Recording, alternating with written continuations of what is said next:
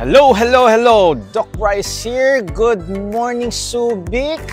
I'm here in All Hands Beach. Magsuswim muna bago mag-training ng bike. Enjoy ko na naman ng dagat. Alam niyo ho ba, ang swimming part is my Waterloo. Ito yung pinakamahirap kong ginawa. Bakit? I started learning how to swim at the age of 40.